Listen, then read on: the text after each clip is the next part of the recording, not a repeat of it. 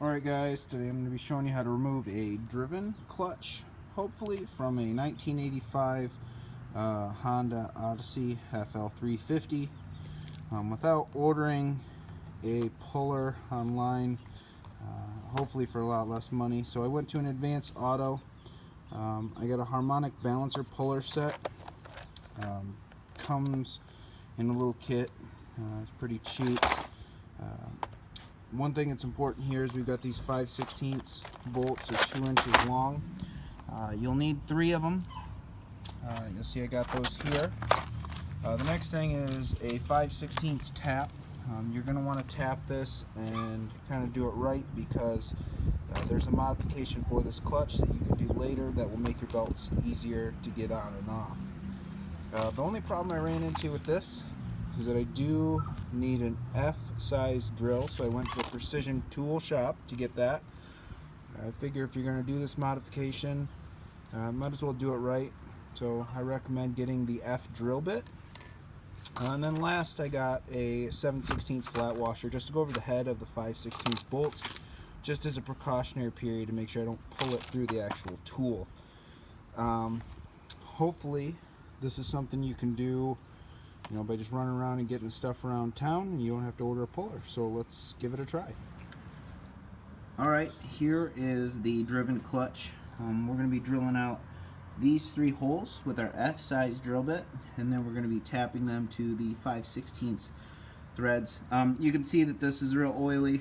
I've been spraying it.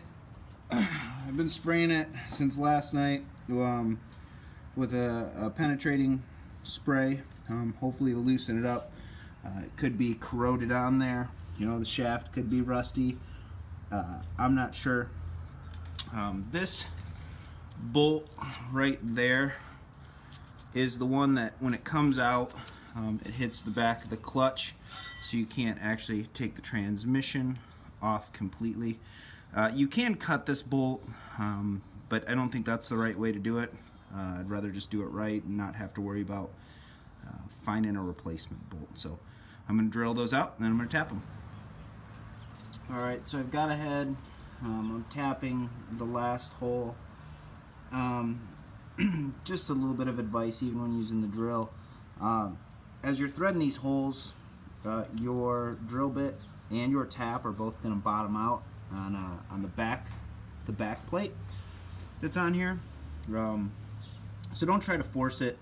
When you're putting your tap in, make sure you let the tap do the work. Don't try to force it.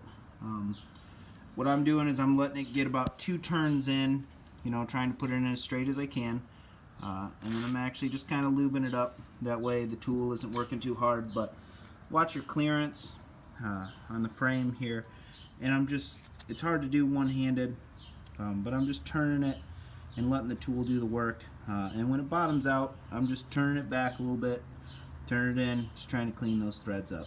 So I'm going to finish this one up, and then we'll go from there. Alright, so I finished up the last hole. Couldn't turn it in and hold the camera with one hand. You see the clutch is still moving.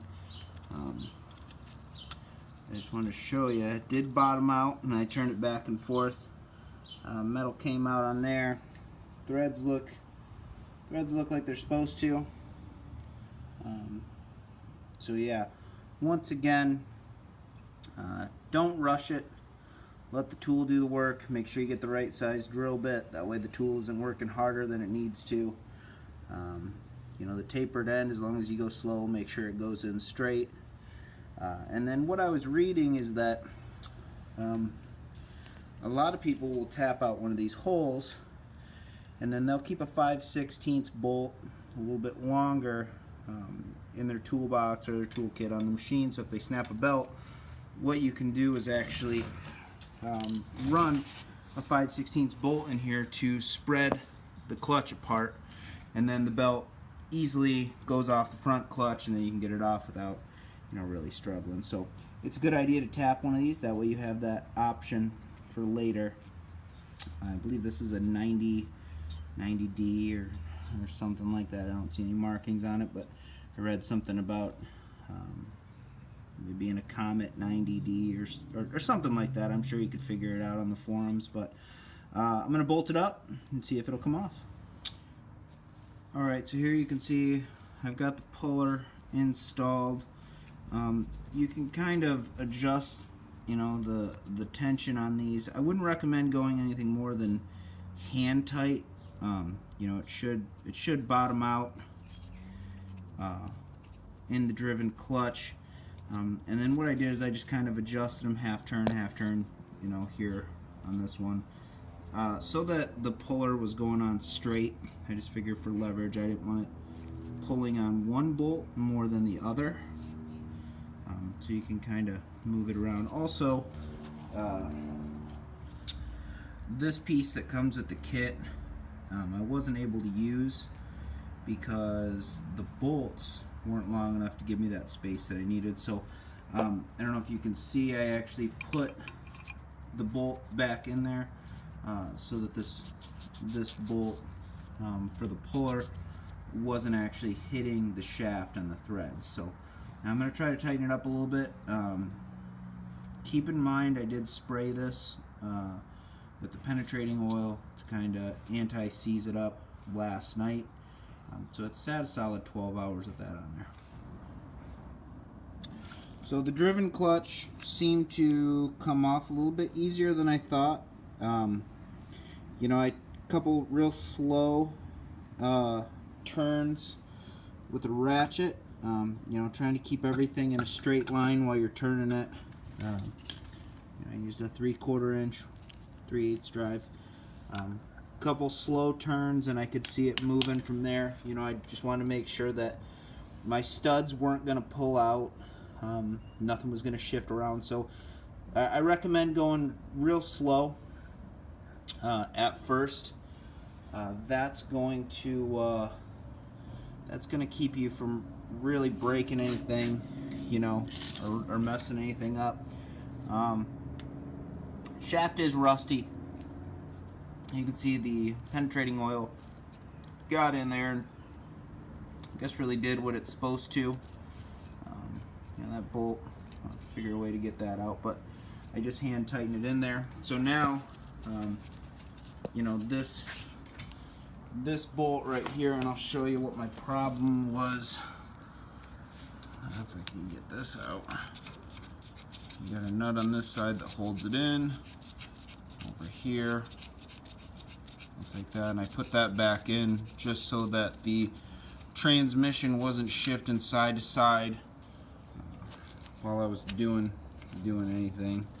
So you'll see now this bolt can come all the way out, where before when I tried to pull it out it would hit the back of the clutch and I couldn't get it out. So you know, the other 2, 3 came out just fine, but this one did not. I would recommend when you put your transmission and clutch and everything back together, switch hands here, I would put this bolt in this way. I don't know if there's any strategery or strategic method to it, but I would put it that way. That way, if you have to pull your transmission out again, maybe you don't have to pull the clutch. I don't know. That's just kind of my thoughts on this whole build. So, like I said, I got 20 bucks into a puller, a tap, a drill bit. You know, maybe you have this stuff all at your house now. You don't need to buy anything. What I was kind of talking about is if you thread this bolt in more, what I read is it will spread this clutch. You know, it'd be a lot easier for me to do if it was on the machine, but that should push this back side of the clutch in so that it's actually smaller, and then you should be able to slide the belt off your drive clutch that would normally be in the front. Mine's out right now, and get it off a little bit easier. I know that this is a modification that a lot of people do to the FL400, and also it's a pretty common thing for snowmobiles. So yeah, guys, I spent a good portion kind of researching this, and I almost bought the tool for $50, and I don't know if it would have worked as well as this. So I highly recommend it. If you have any comments or recommendations, you know, something you may have did differently or questions, leave them in the comments. Okay, so I'll be doing a lot more tutorials and just kind of how-to videos as I go on this Odyssey. So thanks for watching, and if you like what you saw, hit the like button. I wouldn't subscribe because I don't really have any other videos, but you know, give it a like. Thanks.